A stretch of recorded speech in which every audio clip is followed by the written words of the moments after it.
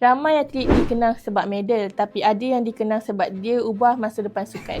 Nama dia Nicol Ann David, dilahirkan di Pulau Pinang tahun 1983. Masa kecil, dia bukan yang paling kuat, bukan yang paling tinggi dan bukan yang paling menonjol. Tapi dia ada satu benda yang jarang orang nampak, disiplin yang luar biasa. Umur 15 tahun, dia jadi juara dunia junior. Waktu rakan sebaya masa cari arah hidup, Nicol dah berdiri di pentas dunia. Bila masuk dunia profesional, bukan semuanya indah. Dia kalah awal, keyakinan dia pun pernah jatuh. Ada masa mental dia diuji teruk. Tapi Nicol ni tak cari alasan. Dia bina semula diri dari segi fizikal, mental dan juga emosi.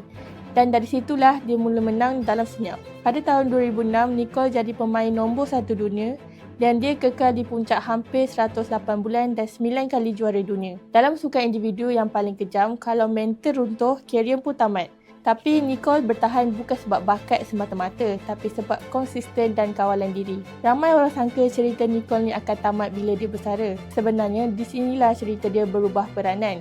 Nicol jadi suara utama dunia squash dan dia dilantik dalam jawatan kuasa sukan antarabangsa termasuk peranan bersama IOC dan Badan Global Squash. Dia aktif berkempen, bercakap di forum rasmi, jumpa pemimpin sukan dunia dan jadi wajah utama usaha memasukkan squash ke sukan Olimpik. Bukan jerit di media, bukan drama, tapi kerja senyap dan berstrategi. Dan akhirnya squash disahkan masuk sukan Olimpik Los Angeles 2028.